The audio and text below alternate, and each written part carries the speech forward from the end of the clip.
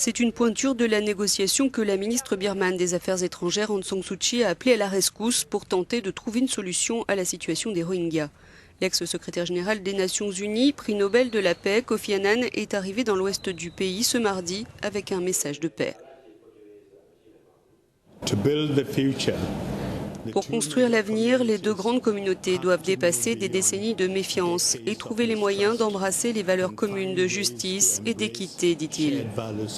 Nous sommes ici pour aider en apportant des idées et des conseils. Mais les bouddhistes nationalistes lui ont réservé un accueil glacial. Pas d'interférence dans les affaires locales, pas d'étrangers pour régler nos problèmes, scandaient les manifestants. Ils sont habitants de l'Arakan, une région de l'ouest du pays, où est concentrée la minorité Rohingya du pays.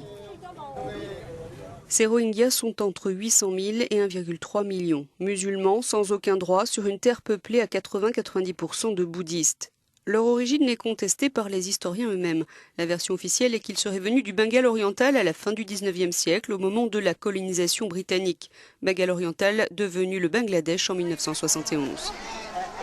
Une version qui a servi les intérêts des gouvernements successifs et qui a permis à la junte militaire de rendre cette minorité apatride en 1982.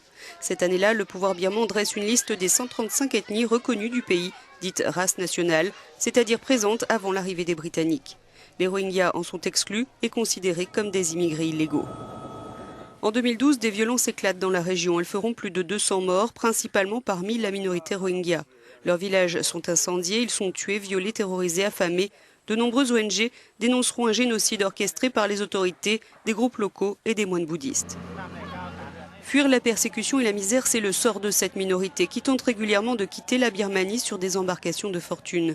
Des dizaines d'entre eux y laissent leur vie chaque fois. Partir, mais sans but, car les Rohingyas ne sont nulle part les bienvenus. Au Bangladesh, d'où ils seraient originaires et où ils sont plusieurs centaines de milliers réfugiés, on n'en veut pas non plus. Pas plus qu'en Malaisie, en Indonésie ou ailleurs où ils tentent de trouver refuge. La situation doit donc se régler en Birmanie. Elle est entre les mains du nouveau gouvernement.